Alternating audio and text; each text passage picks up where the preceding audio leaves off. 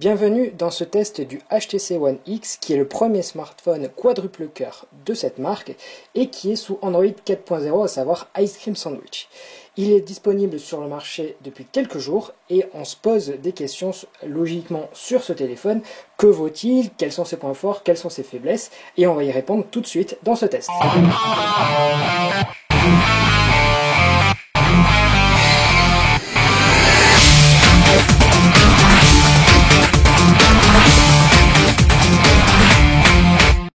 Comme je vous l'expliquais dans l'introduction, ce smartphone dispose d'une puce quadruple cœur et plus particulièrement c'est un Nvidia Tegra 3. Ce qu'il faut remarquer, c'est que jusqu'auparavant, HTC utilisait uniquement des processeurs de chez Qualcomm. Donc maintenant qu'on a un Tegra 3, on se demande qu'est-ce qui va en être au niveau des optimisations, qu'en est-il de la batterie. Mais auparavant, on va regarder ce qu'il y a dans la boîte lorsqu'on ouvre ce téléphone. Alors tout d'abord, en fait, c'est en une seule partie comme ceci. Donc là, on enlève ce petit élément qui définit tout ce qu'il y a à l'intérieur du smartphone. Donc c'est toutes ces caractéristiques. On va pas s'y attarder dessus. Juste sur la boîte, elle est entièrement recyclable. Alors voilà, vous pouvez le voir ici avec le logo. Donc ça utilise à la fois de l'encre qui est avec du soja, c'est 100% recyclable et biodégradable, et le téléphone utilise 99% de matériaux recyclables. Mais bon, ça à la limite, c'est juste pour se faire une idée quand on va ouvrir le téléphone, mais après ce sera vite fait passer. Ce qu'il y a dans cette boîte, donc là il y a vite fait tout ce qui est manuel comme d'habitude. On va pas forcément s'y attarder dessus parce que c'est pas très intéressant, c'est juste en gros pour tout ce qui va être service client. Mais il va donc y avoir le téléphone, un chargeur secteur qui donc ici est blanc de la même couleur que le téléphone. Ce qu'il faut savoir au niveau du chargeur secteur, c'est qu'il va être extrêmement rapide à recharger. À peu près une heure après l'avoir mis à recharger, on va être à environ 60% de batterie rechargée, et ensuite il faudra attendre à peu près 3 heures pour avoir une vraie charge à 100%, mais c'est pour vous montrer qu'il y a une charge très rapide qui a été utilisée sur ce téléphone. Ensuite, on continue avec le câble micro USB qui est ici, donc soit pour le connecter à un ordinateur, soit pour l'adaptateur secteur. Ensuite, il y a des écouteurs. Donc ce ne sont pas des écouteurs Beats comme on avait l'habitude, parce que ce téléphone est certifié Beats. Ce sont à la place des écouteurs HTC, mais qui sont de très très bonne qualité. Donc ce ne sont pas des intra-auriculaires. Alors personnellement, je préfère ça à autre chose, mais après c'est typiquement personnel. Donc ici, il y a le petit bouton qu'on retrouve d'habitude. J'espère qu'il va faire le focus et que vous allez pouvoir voir.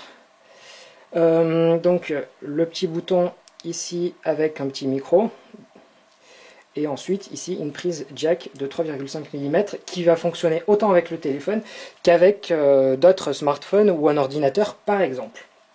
Il faut savoir que bien que ça soit en écouteur HTC, les améliorations Beats audio qu'il va y avoir sur le téléphone seront compatibles, et même je dirais que plus généralement les améliorations Beats audio sont disponibles pour tous les écouteurs. Voilà, je ne trouve pas mes mots. Donc maintenant on va regarder ce smartphone un peu plus en détail et principalement sur la partie externe. Donc tout d'abord, ce qu'on remarque, c'est son format, où il va y avoir un écran de 4,65 pouces en diagonale, et la résolution c'est de l'HD, donc de 1280 par 720 pixels. C'est donc la même chose que sur un Galaxy Nexus ou un Xperia S. Au niveau de la densité de pixels, ça va être du 316 si je ne me trompe pas. Donc vous pouvez voir en se rapprochant, les pixels ne sont absolument pas visibles, et c'est très agréable à regarder, forcément. Vous verrez également qu'il dispose d'une très très belle finition. Les couleurs sont très belles. Généralement, j'ai tendance à préférer l'AMOLED par rapport à du LCD, parce qu'ici c'est du Super LCD 2. Et vraiment, j'ai été bluffé par cet écran. Limite, je préfère maintenant avoir du LCD à l'AMOLED, tellement que des énormes progrès ont été faits. Alors il faut savoir que les blancs tirent toujours un peu vers le jaune, Mais bon, ça c'est propre au LCD. Par contre, les noirs qui auparavant étaient plutôt gris se rapprochent enfin de ce qu'on peut attendre d'un noir, donc c'est vraiment du positif là-dessus. Cet écran, vous remarquerez qu'il est légèrement courbé sur les côtés. Alors on va se rapprocher pour mieux le voir. Voilà, et en fait ça donne une impression extrêmement agréable, c'est-à-dire que quand on va être dans une liste ici, ou se déplacer à droite ou à gauche, ça va être très très simple de se déplacer, et on va pas cogner ses doigts contre les bords, donc c'est vraiment une très bonne chose là-dessus, et vraiment presque je pourrais plus m'en passer uniquement à cause de ça. Donc là, il y a le launcher qui a planté, mais bon, ça c'est récurrent.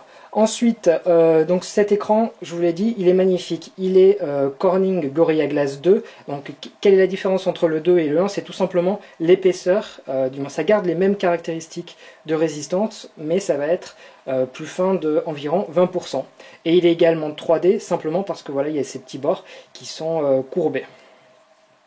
Maintenant, on va regarder les autres éléments. Donc sur le dessus, ici, il va y avoir un haut-parleur, voilà, qui est donc utilisé lorsque vous téléphonez. Juste à côté, c'est un capteur photo de 1,3 mégapixels qui est donc utilisé pour tout ce qui va être chat vidéo. Il faut savoir que ça prend des vidéos en HD, donc ça va être idéal pour cet écran justement. Et c'est justement en fait pour ça que ça a été utilisé. J'ai oublié de vous dire que dans la petite barre mais je pense qu'on ne le verra pas ici, dans la petite barre où il y a les haut-parleurs, il y a une petite lettre de notification qui s'allume en vert, mais bon là j'ai pas reçu de mail ou quoi que ce soit, donc je vous le montrerai peut-être après. En dessous, il y a le logo HTC, et ici, mais là on ne le voit vraiment pas, il faudrait un peu plus de lumière, il y a des capteurs de proximité et de luminosité qui vont donc vous servir à allumer et éteindre l'écran en fonction de différents paramètres. En dessous, vous voyez maintenant qu'il y a trois nouveaux menus il y a trois nouveaux boutons Android, donc retour comme avant, la maison qui va vers l'accueil et le multitâche. Donc le multitâche était auparavant disponible en appuyant sur accueil. Donc vous remarquez qu'il n'y a plus la fonction recherche et il n'y a plus la touche menu. Donc, la touche menu, c'est vraiment quelque chose que veut enlever Google à tout prix, mais on va voir que ça va poser un problème sur ce téléphone si les applications ne sont pas optimisées pour Ice Cream Sandwich. Alors je vais en prendre une au hasard, par exemple Twitter, et vous voyez ici qu'il y a la barre qui vient de se rajouter. Donc on a ici nos trois boutons et juste au-dessus une deuxième barre avec qu'un seul bouton dedans. Alors le Galaxy Nexus, lui, en a qu'une seule, alors c'est celle-ci qui est tactile, mais avoir à la fois des boutons sensitifs et cette zone tactile, je trouve que c'est une très mauvaise idée. C'est absolument pas la faute d'HTC, mais à la limite, si d'autres constructeurs se lançaient dans cette voie, il faudrait réfléchir à une autre méthode, parce que là, certes, l'écran fait 4,65 pouces, et au final, c'est pas grand-chose sur un écran aussi grand, mais c'est dommage de perdre de l'espace inutilement. Donc voilà, ça c'était pour la face avant. Au niveau des matériaux, c'est du polycarbonate, donc ici, donc sur cette face avant, et surtout sur l'arrière, qui au passage est légèrement courbé. Alors je vais vous le montrer comme ça. Voilà, très légèrement, avec l'appareil photo qui dépasse. Donc sur l'arrière, qu'est-ce qu'on retrouve? L'appareil photo, tout d'abord, a de 8 mégapixels avec un flash LED. HTC n'utilise plus le double flash LED comme auparavant, parce que les photos étaient trop brûlées, et donc elles sont de meilleure qualité désormais. Ici, c'est le logo HTC en relief. Juste en dessous, Beats Audio avec le haut-parleur et les pins pour le dock. Pour le son, on va tester tout de suite, parce que c'est réellement impressionnant comparativement à un Galaxy Nexus qui lui était vraiment très mauvais. Donc là je vais lancer une au hasard. Donc là,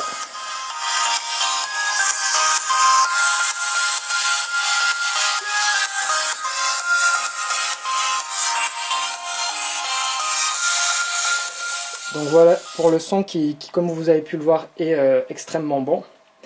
On continue ensuite avec les tranches. Alors ces tranches, elles sont en plastique. Alors je ne sais pas si vous allez arriver à les voir. Et voilà, Donc ici c'est des tranches qui sont en plastique et ici c'est du polycarbonate. Donc on a deux matières différentes mais qui se marient à perfection. Donc là du plastique, ici du polycarbonate et ici du polycarbonate également. Ce qu'on n'avait pas encore regardé, ici il y a ici il y a un jack de 3,5 mm qui va donc fonctionner avec tous les écouteurs du marché.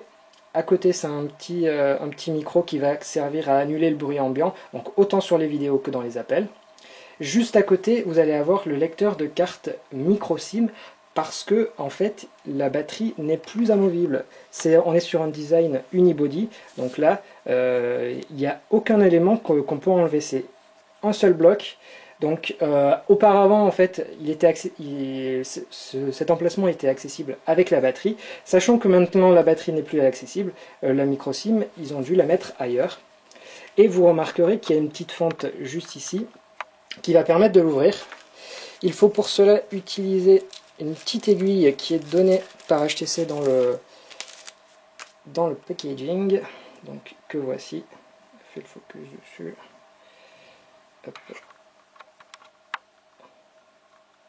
Voilà, donc ça ressemble à ça. Grosso modo, ça peut être remplacé par n'importe quoi qui a un bout pointu, donc on peut penser par exemple à un cure-dent ou n'importe quoi. Donc ça marche de cette manière. Hop, voilà, ça ouvre le capot, et là on a accès à la carte SIM, qui est donc, comme vous le voyez, une micro SIM. Voilà, donc ne plus avoir accès à la batterie, c'est à la fois un inconvénient parce que ça bride un peu plus cet appareil qui est sur Android normalement, un OS libre, mais au final ça contribue quand même au design parce que je trouve que c'est excessivement beau de voir un téléphone en un seul bloc. Voilà, il n'y a vraiment pas de démarcation, c'est extrêmement joli, il n'y a vraiment rien à dire là-dessus. Voilà, donc qu'est-ce qu'il y a à dire aussi? Oui, de ce côté, on n'avait pas vu qu'il y avait... ici, il y a le bouton on-off qu'on n'a pas regardé. Je ne vais pas m'attarder dessus parce que c'est juste un bouton on-off en fait. Hein. Et ici, c'est les touches du volume. Alors, un petit truc que je trouve sympa, donc c'est HTC qui a fait ça. Au fur et à mesure que le son est élevé, une note plus ou moins élevée est jouée. Alors, je vais vous montrer.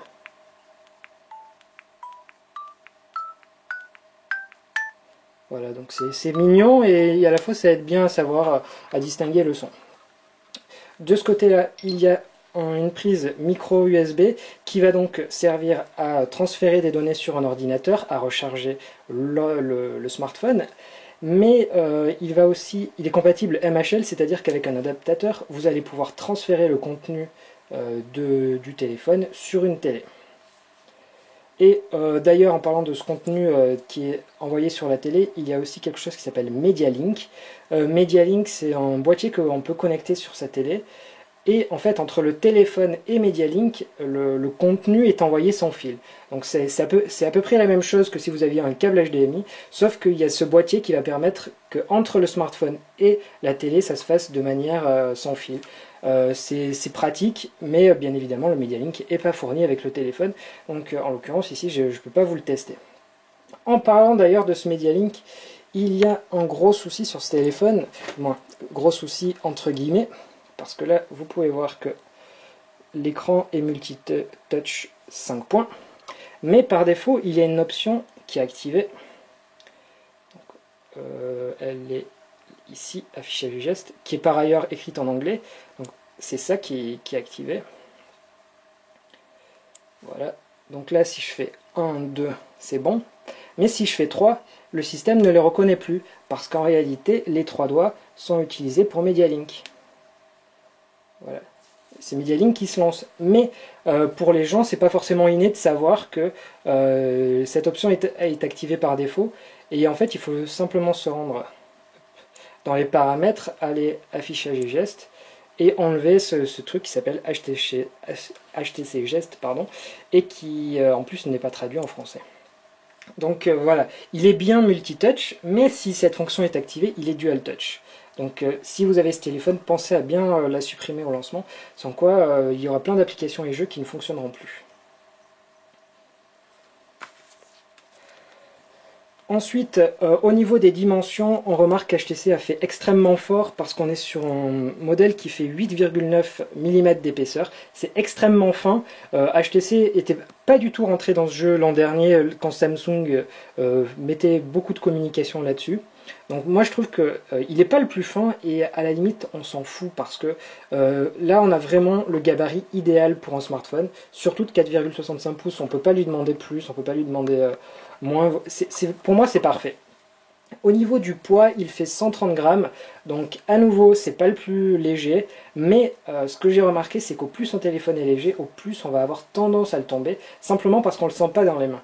Celui-ci, 130 grammes, il est à la fois léger et à la fois suffisamment lourd pour qu'on le sente bien dans les mains et on n'aille pas le faire tomber inutilement, parce que je vous rappelle qu'il est quand même disponible sur le marché environ entre 550 et 600 euros en nu, et donc si on le tombe, ça fait quand même un peu mal au cœur, quoi.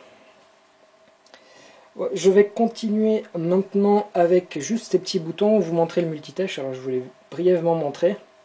Donc c'est pas le multitâche d'Android d'Ice Cream Sandwich, mais c'est redéfini. Donc à la place, on a des aperçus comme ceci, et ça marche également en paysage. Voilà, et c'est le même principe. On va vers le haut pour supprimer des applications récentes. Dans ce menu d'applications récentes, il y a autant les applications qui sont en cours d'utilisation, qui ont été lancées, qui sont donc en pause, que les applications qui ont été fermées. C'est absolument pas un multitâche au sens premier du terme. Et là, je viens de recevoir un mail et vous avez peut-être vu la lettre de notification. Hop. Je pense qu'on va mieux la voir maintenant. Hop. Voilà. Donc elle est verte quand on reçoit un mail. On ne peut pas la configurer de base, mais il y a bien évidemment des applications qui permettent de le faire. Et maintenant, on va s'intéresser un peu plus à tout ce qui est HTC Sense 4.0 et Android 4.0. Alors, ce nouveau Sense, il se caractérise par une suppression de toutes les fonctionnalités et animations qui ne servaient à rien. Par exemple, avant il y avait une animation où quand on allait très vite, on voyait tous les bureaux défiler selon un carrousel. Ça, c'est supprimé. À la place, maintenant, voilà, on a toujours cet petit effet de transition. Mais voilà, c'est le minimum, tout est extrêmement fluide, et je pense que les fonctionnalités qui ne servaient à rien, HTC a compris qu'il fallait les supprimer, et ça c'est une bonne chose. Donc là, sur ce bureau, on remarque qu'il est sur une grille de 4x4, alors c'est un peu dommage sur un écran HD, parce qu'on aurait largement pu faire 5x5, parce que vous pouvez voir qu'entre les différentes icônes, il y a quand même pas mal de place, donc c'est un peu dommage là-dessus. Si on continue, on voit que sur le bas, il y a un dock qui est un peu froyeux, je trouve, parce que on retrouve les icônes comme à l'époque. Donc les icônes qui peuvent être dedans, c'est soit des dossiers, soit des raccourcis comme on voit ici. Donc un dossier, voilà à quoi il ressemble. Et pour créer un dossier, c'est très simple, on prend l'icône et on la place dessus, et hop, c'est créé immédiatement. On peut lui donner un nom, voilà, donc là on ne peut pas le faire, et on peut ajouter des éléments, donc soit par glisser-déposer comme j'ai fait, soit en choisissant dans cette liste tout ce qu'on veut ajouter, voilà, hop, ensuite on fait ajouter, et par magie ça s'ajoute. Donc là, hop, pour les enlever, c'est tout simple, on fait sortir, et si on va en enlever, donc là, hop, j'appuie, et je fais supprimer en haut. Donc là, je vais le supprimer. Et quand il n'y en a plus qu'un seul, ça redevient un raccourci normal. Donc ce bureau, ce dock par contre, il est persistant, c'est-à-dire que vous allez le trouver sur l'ensemble des bureaux. Et par contre, comme vous n'aurez pas la petite barre Google comme sur Ice Cream Sandwich ou le Galaxy Nexus, qui était en haut, donc c'est vraiment pour ça que je trouve qu'une grille de 5x5 aurait été largement possible, parce que là on se retrouve avec des gros vides sur cet écran. On remarque que la barre de notification est transparente, mais c'est uniquement sur le bureau, donc ça donne un très bel effet. Et d'ailleurs on va la regarder, cette barre de notification, et elle est maintenant extrêmement simple, parce qu'avant on avait à la fois les notifications et aussi des raccourcis pour éteindre, allumer le Wi-Fi. Maintenant ça n'y est absolument plus. Je trouve que ça, par contre, c'est un élément qui aurait dû être conservé, parce que maintenant, si on veut par exemple allumer le Wi-Fi, il faut aller là dans les paramètres et choisir ici Wi-Fi qu'on active. Le chemin pour accéder aux fonctionnalités est bien plus compliqué. Ou alors on peut également utiliser des widgets sur le bureau, mais là si on est dans une application et qu'on va faire ça, on est obligé d'aller sur le bureau et de revenir dans l'application, et je trouve que c'est absolument pas simple du tout. Par contre, là on le voit pas par contre, mais les notifications sont bien séparées entre notifications persistantes et notifications qui peuvent se supprimer. Et en parlant de notifications qui peuvent se supprimer, c'est le mécanisme d'Ice Cream Sandwich, c'est-à-dire qu'on fait un swipe et ça s'en va. En haut, il y avait un petit bouton qui est parti, qui permet de supprimer toutes les notifications à la fois. Ça, c'était la fonctionnalité d'avant. Celle qui est rajoutée, c'est qu'on peut supprimer les notifications une par une, et non plus toutes à la fois. Et vous pouvez voir voilà, que tout est extrêmement simple sur cet écran. Alors maintenant, on va regarder tout ce qui va être widget. Alors je ne sais pas si c'est une bonne idée de prendre celui-là, parce qu'il bug un peu en fait. Mais ils sont redimensionnables, comme sur Ice Cream Sandwich. Et hop, voilà, forcément je fais ça, et le launcher bug. Alors il faut savoir que, voilà, je tiens à le préciser, mon HTC One X, il est sur la version 1.26, sachant qu'il y a une version 1.27 qui est sortie, et qui corrige tous les bugs que j'ai actuellement. Donc voilà, je vous fais une démo. En fait, j'essayais de faire la vidéo, de la décaler un peu dans le temps pour justement la recevoir, mais j'ai toujours pas reçu cette mise à jour, comme vous pouvez le voir. Comme vous pouvez le voir ici, j'ai beau faire des check-in toutes les 5 minutes, mais je ne la reçois pas. Donc forcément, j'ai toujours la mauvaise autonomie, alors qui est environ de 9 heures. J'ai réussi à un peu grappiller par rapport aux 6 heures du lancement, alors qui s'explique principalement par un calibrage de la batterie. Mais voilà, alors on va voir la version, information, voilà, numéro du logiciel 1.26. Au passage, vous voyez qu'il y a ce petit effet d'accordéon sur les listes,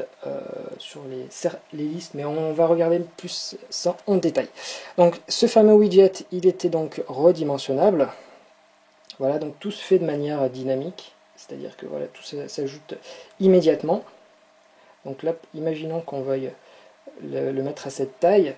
Ensuite, pour rajouter d'autres widgets, on va simplement appuyer au milieu et on va arriver sur cet écran. Donc là, on retrouve tous les widgets d'HTC d'avant. Alors, je ne vais pas forcément vous les présenter parce que c'est clairement, il n'y a rien de nouveau. Il y a eu des suppressions, mais il n'y a pas eu franchement d'ajout. Disons qu'on va prendre un 4x2. J'en cherche un. La musique, par exemple. Donc là, hop, on glisse. Et là, on va le mettre ici. Sachant que, comme vous pouvez le voir, le widget, on peut prendre la place de notre widget qui lui-même va s'adapter à une autre place. Donc ça, c'est extrêmement pratique, je trouve. Voilà. Donc depuis cet écran, on ajoute soit des widgets, soit des applications, soit des raccourcis vers les applications. Et vous remarquez qu'en fait, il y a ce petit effet d'animation qui est extrêmement joli et qu'on va retrouver sur l'ensemble des applications HTC. Et personnellement, je trouve ça très réussi. Par contre, là, vous êtes sur cet écran et vous vous dites, j'ai envie de changer le fond d'écran. Avant, il suffisait de faire un clic long et de dire, je vais changer le truc. Mais non, maintenant, il faut aller dans Paramètres, Personnaliser, Fond d'écran. Et là, on y arrive enfin. Donc, c'est extrêmement peu pratique. Ou alors, on peut y aller depuis le lanceur d'application et y a personnalisé quelque part. Voilà. Mais je trouve que pour une fonction aussi simple de changement de fond d'écran, c'est très compliqué pour y aller rapidement. Donc, à y être dans cette fonction de personnaliser, elle existait déjà dans les versions précédentes. Donc, il y a soit des thèmes qu'on peut appliquer.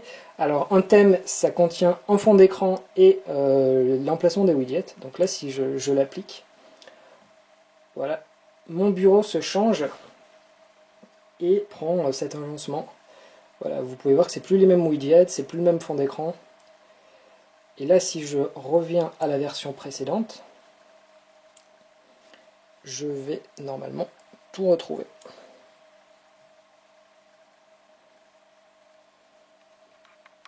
Hop, voilà, tout est revenu normalement. Donc là, on va continuer maintenant avec les skins. Alors en skin, c'est à la fois un fond d'écran alors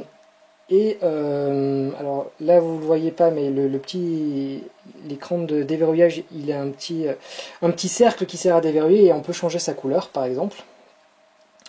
Et enfin, il y a autre chose. Alors je vais vous le montrer maintenant en changeant. Hop, hop, hop, hop.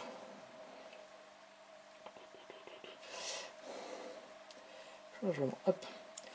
Vous pouvez voir maintenant que les onglets sur le bas, en fait, il est en vert et plus en orange. Donc il y a également cette couleur qu'on peut changer. Voilà, ça c'est au niveau de la personnalisation. Il y a d'autres options qu'on peut faire de la même manière. C'est pas particulièrement spécifique à Sense 4, mais c'est toujours utilisé.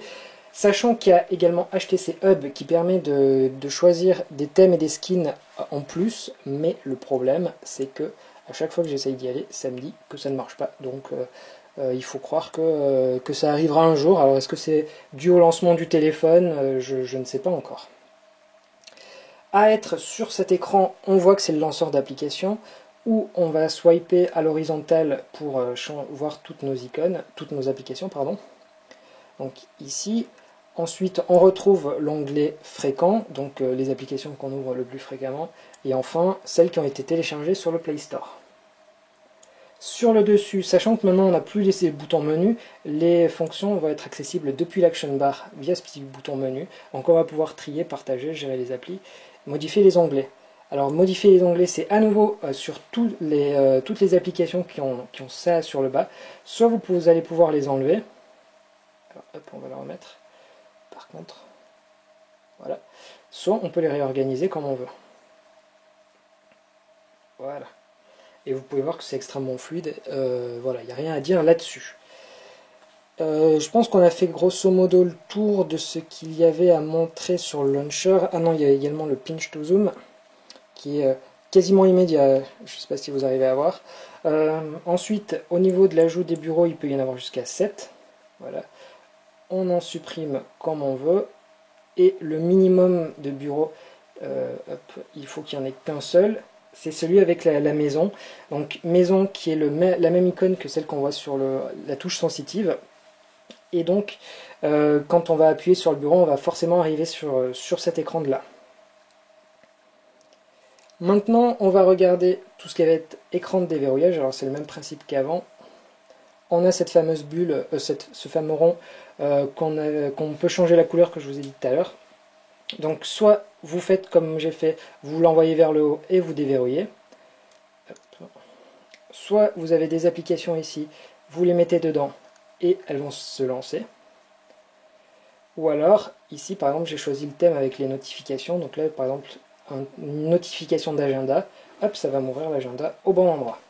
Alors il y a plein de possibilités différentes pour l'écran de déverrouillage, mais qui ont peu évolué aussi depuis Sense 3, donc style d'écran déverrouillé. Soit en version normale, soit avec des notifications, soit avec une photo, soit avec des messages, la météo, vos contacts, une horloge et la bourse. Voilà, hop. Je ne vais pas particulièrement le changer, parce que bon voilà, ça marche nickel. Ici on peut aussi changer les sons, voilà, je pense que je vous ai tout montré. Une nouveauté d'Android 4.0 Ice Cream Sandwich, c'est qu'il y a deux thèmes qui sont en parallèle. Donc le thème HTC que vous avez vu avec la liste là, qui est en accordéon, ou les onglets là sur le bas. Ça. Voilà. Mais il y a aussi les applications qui vont utiliser le thème natif. Ah non, les mails c'était pas une bonne idée. On va aller sur Google Maps et vous allez pouvoir voir que c'est en fait le thème par défaut d'Android qui est utilisé. Voilà, on n'est plus sur la même icône qui était là tout à l'heure. Donc là, pareil sur les couleurs, on est sur un fond bleu, ça a vraiment tout changé. Donc là, si je vais dans les paramètres, on est plus sur le même thème. Voilà. Hop. Donc il y a vraiment deux applications, deux thèmes différents. Je vais vous montrer par exemple l'application Frandroid, qui elle utilise le thème par défaut d'Android. Donc là, j'étais dans les commentaires. Hop, une pub, hop ça. Il y a un bac de trop là. Et donc, vous voyez ici que c'est le menu façon Android de base. Pareil ici, toutes les couleurs sont vraiment de ce même thème. Vous remarquez également que la liste view, elle est normale, j'ai pas d'effet particulier. Et aussi, on retrouve généralement de l'overscroll, c'est-à-dire qu'il y a une petite barre bleue, un effet bleu quand on essaye d'aller vers le haut. HTC l'a supprimé, donc vous ne le verrez jamais sur les applications, même si elles utilisent le thème par défaut d'Android. Donc voilà, toutes ces applications elles sont téléchargeables là-dessus, et c'est aux développeurs de choisir s'ils veulent le thème d'HTC ou s'ils veulent le thème de base d'Android. Voilà ce qu'il fallait dire à peu près sur Sense. Je pense en gros qu'on a un peu tout évoqué. Là, on va regarder maintenant un peu plus le volet communication. Alors, je vais essayer de cacher les infos que je ne veux pas que vous voyez. Donc, ici, ici vous avez votre composeur de numéros et en dessus, c'est les différents numéros que vous avez déjà appelés, qui vous ont appelé, etc. Ici, vous avez tous vos contacts. Donc voilà. Hop. Et enfin, ici, tous les appels manqués. Alors, l'application message, alors par exemple, on va choisir celui-là. Donc c'est vraiment du basique en termes d'interface, la gestion des messages. Ensuite, on va regarder les contacts. Alors je vais en choisir un où il n'y a rien. Alors je me retrouve avec un contact Apple dans mon carnet d'adresse, je ne sais pas vraiment pourquoi. Donc voilà, je vous le montre au cas où si vous les appelez, c'est pas très grave. Alors chaque contact a une image, un numéro de téléphone, alors un ou plusieurs numéros de téléphone, un site web, etc. Il y a un fil si il vous a envoyé des mails, des messages ou vous a appelé, donc ça c'est extrêmement pratique. Il y a un onglet qui s'appelle mise à jour et événements, c'est-à-dire que si un compte Twitter, Facebook est connecté, vous allez voir les derniers statuts ou les derniers tweets. Et ça, c'est un très bon truc. Sur Android de base, c'est uniquement avec Google+, que là on a Twitter et Facebook, qui sont, vous m'excuserez, mais un peu plus populaires que Google+. Et enfin, ici la galerie, donc ce sont les galeries Facebook, généralement. Voilà ce qu'il y avait vite fait à dire sur la partie téléphonie, je m'apesante pas trop là-dessus, simplement parce que j'ai pas envie que vous voyez mes données dessus. Et là on va passer maintenant au volet Internet. Donc ici on a le navigateur d'Android de base. Alors comme vous pouvez le voir, comme vous l'avez peut-être vu sur le test, il est un peu moins performant qu'un Galaxy Nexus, mais il va être extrêmement fluide. Il n'y a rien à dire là-dessus. On va zoomer. Voilà. Hop, ça marche très vite. On va voilà, justement ouvrir ce test. On va changer d'orientation. Voilà, c'est extrêmement fluide, il n'y a rien à dire. Si je fais, hop, voilà, ça se redimensionne vite. Voilà, vraiment de ce côté-là, je trouve que le navigateur est extrêmement rapide, et c'est certainement aussi le Tegra 3 qui est utilisé, parce que justement, voilà, je voulais vous parler du Tegra 3, c'est un quadruple cœur, mais c'est un quad cœur plus 1. C'est-à-dire en fait qu'il y a un processeur compagnon qui va faire beaucoup de tâches, et quand ce processeur compagnon va être à ses limites, il va appeler les autres cœurs, mais un par un, ce qui va permettre de consommer un minimum, et donc forcément d'économiser de la batterie. Quand je vous disais qu'il n'y avait pas d'autonomie, que c'était à cause du Tegra, c'est plutôt à cause du manque d'optimisation du téléphone, et aussi parce qu'il y a une batterie de 1800 mAh, ce qui est un peu léger pour quand même un écran de 4,65 pouces, et voilà, quelque chose d'aussi important. Donc il y a une mise à jour qui va régler ce problème. L'autonomie, elle va être un peu problématique à cause de cette batterie, mais voilà, on va s'arrêter là. Aussi, je vous avais parlé d'un problème de chauffe à ce niveau, c'est simplement parce que le processeur il est gravé en 40 nanomètres, et lorsque tous les cœurs vont rentrer en jeu, forcément ça va chauffer pas mal. Donc moi, il y a un petit capteur de la batterie qui m'a indiqué jusqu'à 46 degrés. C'est assez problématique, mais ça va être uniquement dans les jeux qu'on va le voir.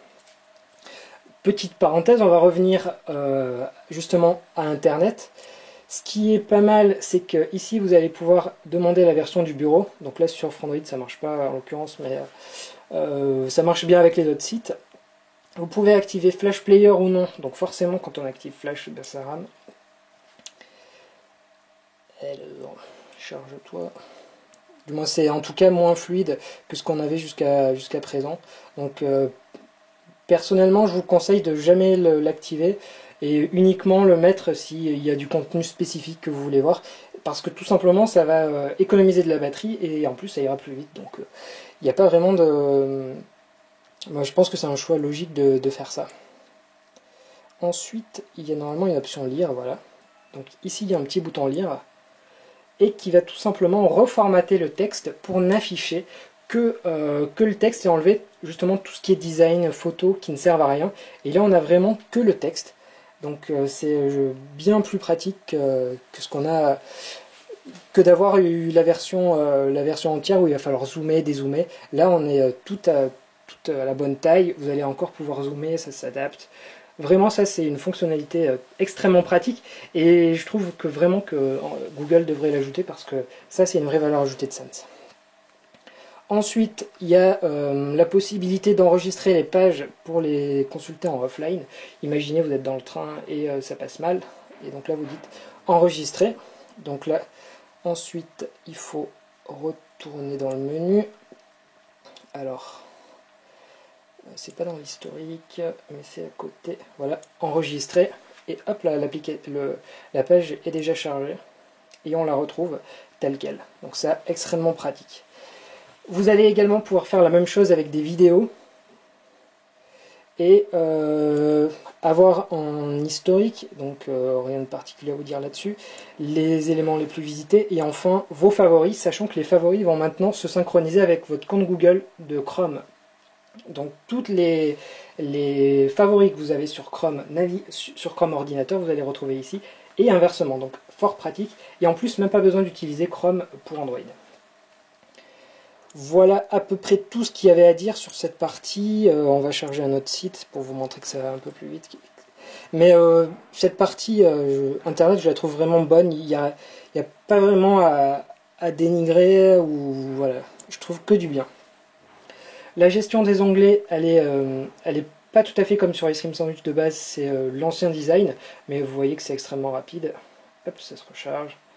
Voilà, maintenant je vais retourner à l'autre. Hop, je vais dans les onglets. Et là, on voit vraiment que la puissance de téléphone est remarquable. Voilà, donc je ne vais pas m'apesantir en plus. Maintenant, on va passer à l'appareil photo. Et cet appareil photo, il a un petit problème. C'est son focus. Alors on va se rapprocher. Et il a un problème de focus. Alors là, vous ne le voyez pas particulièrement. Mais généralement, quand les sujets sont extrêmement proches, il va faire le focus n'importe où. Donc là, je vais essayer de le prendre de très près. Et voilà, le focus ne se fait pas au bon endroit. Comme vous pouvez le voir, c'est le focus est fait à peu près n'importe où. On dirait qu'il je sais même pas où il est fait là. Je pense qu'il est fait sur le truc derrière. Voilà, donc quand les sujets sont extrêmement proches, il a un problème. Et c'est pareil dans les vidéos où il va faire continuellement changer le focus. Du coup, ça va faire du flou. Mais ça, je pense clairement que c'est un problème lié à la ROM. Donc cette fameuse build dont je vous ai déjà parlé devrait corriger ce problème. Ensuite, une autre fonctionnalité, c'est la prise de photo rapide. Alors, il faut laisser appuyer son doigt. Voilà. Donc là, j'ai pris plein de photos. Et en fait, on va pouvoir sélectionner uniquement la meilleure. Donc, par exemple, celle-là, elle est ratée. Je ne vais pas la vouloir. Celle-là, elle n'est pas forcément bien cadrée. Celle-là, un peu mieux. Donc là, je vais dire, celle-là est la meilleure photo. Toutes les autres vont être supprimées. Et dans ma galerie, je ne vais retrouver que celle-là qui est bonne. Donc ça, extrêmement pratique comme fonctionnalité. Et gros plus là-dessus. Vous allez pouvoir déformer les photos dans tous les sens. Donc voilà. Hop, je vous les passe vite fait. Avec à chaque fois plein de trucs que vous pouvez régler en fait. Hop, non, j'y suis déjà.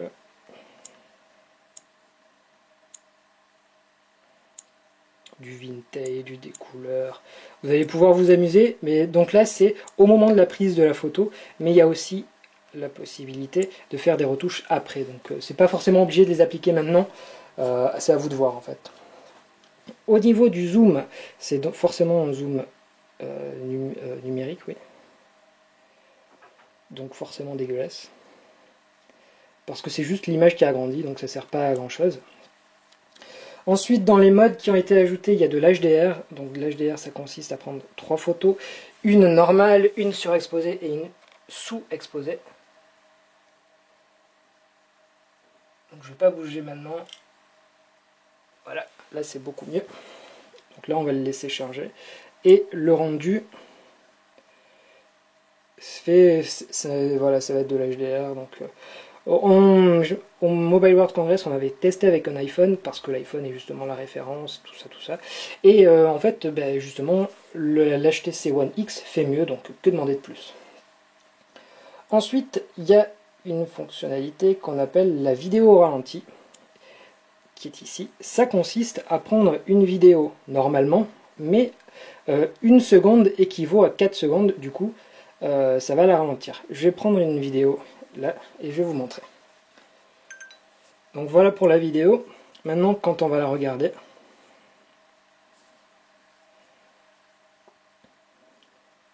voilà, c'est extrêmement lent en fait, et on voit les bulles se déplacer très lentement, donc c'est un joli effet.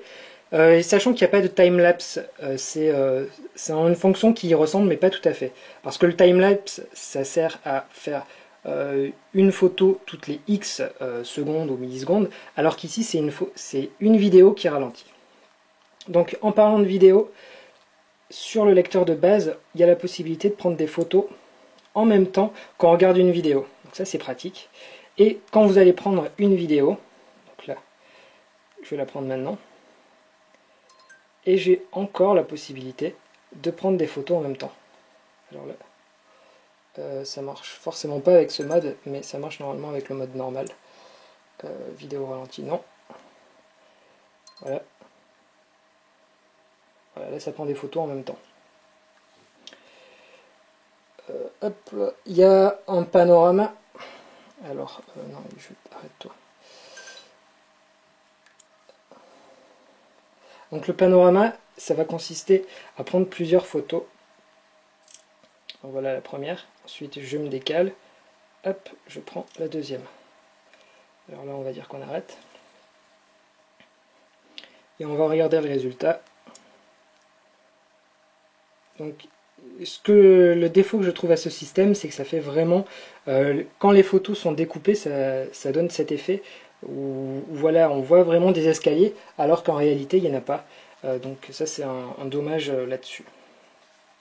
Donc je trouve que la partie photo est globalement réussie, mais elle n'est pas forcément à hauteur des espérances pour l'instant, parce qu'il y a des problèmes avec le focus. On va passer maintenant à tout ce qui est multimédia, donc on va regarder la galerie. Je crois que j'ai ouvert. Voilà. Donc, hop. Alors là, c'est une galerie de manière classique où on voit toutes nos photos, toutes nos vidéos. Et quand on fait très rapidement, il y a ce petit effet. Hop. Voilà. Tout marche bien. Ça fait la même chose que la galerie de base d'Android. Alors, je dirais que moi, ça me convient. On peut partager, on peut lire, on peut modifier les photos. Alors, la modification des photos va être par contre bien moins conséquente que sur Android Ice Cream Sandwich. Alors, voilà, modifier. Les effets qu'on va pouvoir lui appliquer sont ici. Donc, c'est plutôt des effets à la Instagram. Donc, voilà. Avec un petit effet qui est sympa. Maintenant, on va regarder une vidéo. Donc ça, c'est un AVI classique. Donc vous voyez que l'AVI classique marche très bien, autant le son que la vidéo. Pour ce qui est du MKV en high profile, le lecteur de base ne sait pas le lire, mais tout simplement parce qu'il faut demander un décodage logiciel. Du moins, quand je dis ne sait pas lire, c'est qu'il ne voit que la vidéo. Et il ne joue pas le son. Donc pour ça, je vous recommande l'application qui s'appelle MX Video Player, que vous voyez ici. Là, je sélectionne et je lui demande, oui, je reprends. Et ici, il est en software, donc décodage logiciel, et on entend bien le son. Voilà. Donc si vous voulez à la fois le son et la vidéo, il faut demander un décollage logiciel, et sachant que le Tegra 3 est extrêmement performant, vous allez pouvoir le faire sans aucun problème. Donc voilà, là j'ai mis le câble, et on va voir que les améliorations Beats fonctionnent avec. Donc là je vais ouvrir l'application météo, musique, pas météo. Et donc là je peux mettre Beats Audio, et vous pouvez voir qu'au passage ça gueule parce que c'est le son qui est à fond. Donc avec Beats, là c'est sans Beats Audio, et là c'est avec.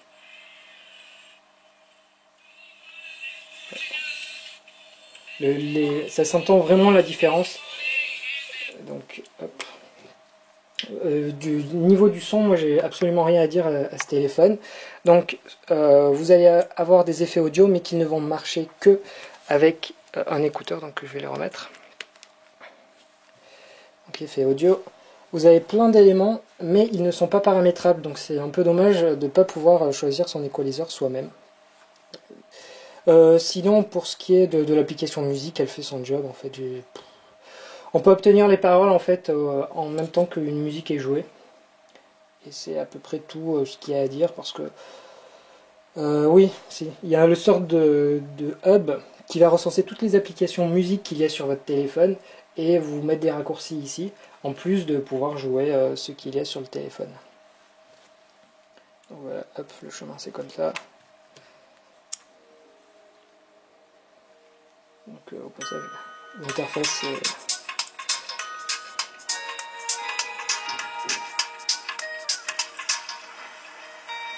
Voilà, sélectionner un lecteur, c'est que, sachant qu'il y a du DLNA, vous allez pouvoir envoyer en Wi-Fi sur notre device, ou alors envoyer en Bluetooth. Alors en Bluetooth, il va falloir que ça soit KM. Bon, voilà, c'est pour de la musique, mais il va pas falloir que ce soit des très gros morceaux, sans quoi il y aura un petit problème de latence assez logique. Parce que voilà... On va regarder ensemble les applications qu'on n'a pas forcément regardées, parce qu'on arrive vers la fin du test. Donc l'agenda, il ressemble à ça. Donc ici une vue globale, une vue par jour avec la météo, et ça je trouve que c'est très pratique. Mon planning, et enfin la possibilité d'inviter des gens. Et à nouveau on voit que c'est l'interface de Sense. Hop là. Là il n'y a rien. Il y a un éditeur de film pour continuer sur la partie vidéo, pas météo. Donc dans ce truc vous allez pouvoir définir un thème parmi ces trois.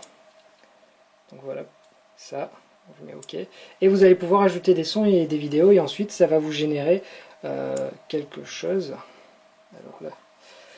Et vous pouvez aussi ajouter du son. Mais vous n'avez aucun contrôle. Tout est généré, donc c'est un peu dommage par rapport à Movie Studio, je crois, qui est sur Ice Cream Sandwich, qui lui est beaucoup plus, possède beaucoup plus de fonctionnalités. Hop, on revient. Friendstream, qui regroupe à la fois votre Facebook et votre Twitter, pardon. Donc là, j'ai mon Twitter ici et là. Sachant qu'il faut savoir qu'il y a donc Facebook pour HTC Sense et Twitter pour HTC Sense, mais il y a également les applications natives qui sont intégrées. Donc il y a Twitter officiel et Facebook officiel. Donc au final on se retrouve avec deux applications pour le même réseau social. C'est un peu bête, je trouve. Le HTC Hub donc qui ne marche pas, c'est là où on peut choisir ses vidéos, pardon, pas les vidéos, les thèmes, skins et tout ça. Ici un gestionnaire de tâches avec donc notre giga de mémoire. On peut voir qu'ici il y a 176 MO de libre, et voilà, Friendstream occupe 22 mégas de place là-dessus. Donc là, ah oui, on a oublié le mode vidéo, ça c'est important par contre. Pas le mode vidéo, le mode voiture, j'y arrive vraiment pas aujourd'hui. Donc dans ce mode voiture, il faut imaginer qu'on est dans la voiture. Vous avez donc l'heure, ici votre connectivité, et ensuite 4 raccourcis. Donc pour les raccourcis, soit on appuie dessus, et hop, soit on y va en faisant comme ceci. Donc là, si on veut écouter de la musique, j'appuie juste sur play, voilà. C'est instantané, et ici pareil. En fait, ça minimise le nombre d'appuis sur l'écran, et ça c'est une bonne idée. Donc les contacts, je passe vite fait, j'ai pas envie que vous les voyez. Et ici pour la navigation, ce que je trouve pas mal, c'est que vous allez rechercher, par exemple, par photo, et vous pouvez voir qu'en fait, pour quitter cette interface, il faut vraiment faire retour et valider, donc vous n'allez pas sortir sans faire exprès. Donc là, si je continue, je vais vous montrer par exemple un jeu, pour vous montrer les performances, avec Riptide. Et donc vous allez voir qu'ici, il y a à nouveau ce bouton menu, et qui donc va être très embêtant quand on joue, parce qu'il ne nous sert à rien en plus, parce qu'il n'est pas utilisé, et c'est de l'espèce de perdu. Donc Riptide, pour Tegra 3, il y a des effets en plus.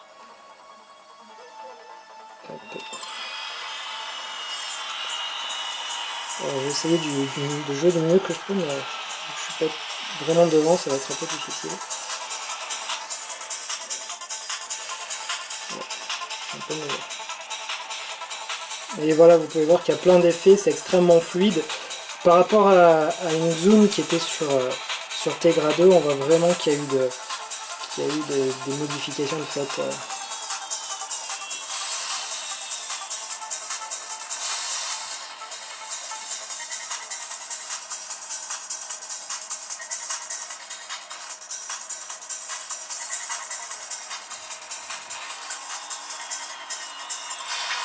Et donc là, en activant le turbo, il y a ce petit effet de flou.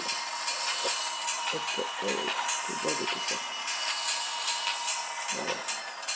Donc voilà un exemple. Shadowgun, c'est pareil, ça va utiliser tous les cœurs. Voilà. D'habitude, je le fais plutôt avec bon voilà, les graphismes sont au rendez-vous aussi. Hop. Je vais prendre le Galaxy Nexus qui est juste là, et juste, je vais vous essayer un truc, c'est de vous montrer le NFC. Donc là, je l'active, et ici, hop, est-ce qu'on voit? Donc là, je vais avoir le NFC d'activer.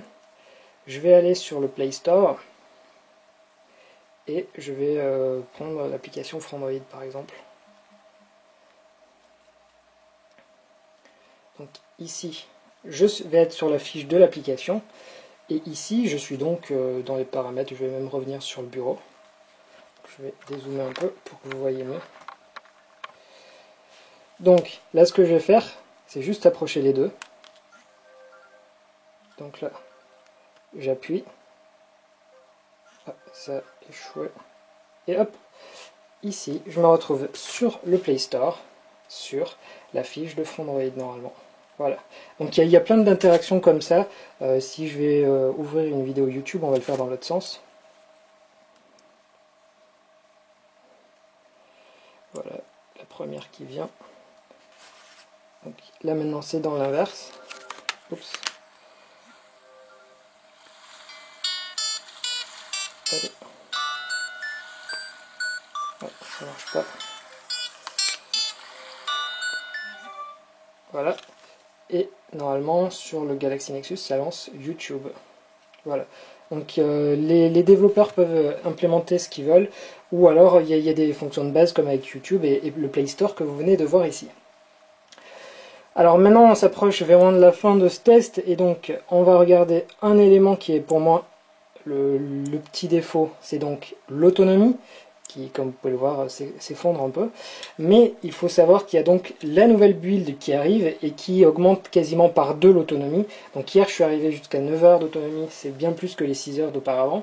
Là on est même à 7 heures et il reste encore un peu de batterie, je sais pas à combien je suis de pourcent, à 20%, j'arriverai pas à 9 heures, mais voilà, vraiment la mise à jour qui est en cours de déploiement accélère très sensiblement l'autonomie, et c'est un bon, ça devient enfin quelque chose de potable, et pour moi en fait c'était vraiment le gros défaut.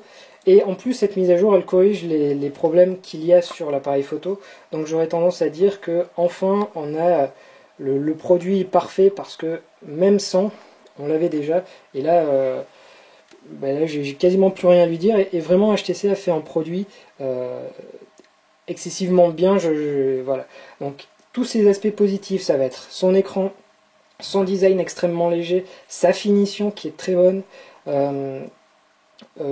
le processeur quadruple cœur qui répond extrêmement bien, donc quadruple cœur c'est 5+1 comme je vous ai expliqué. Voilà, Sense qui a encore un intérêt, je vous ai montré quelques exemples avec le navigateur, ici avec le pinch to zoom, avec les widgets en 3D.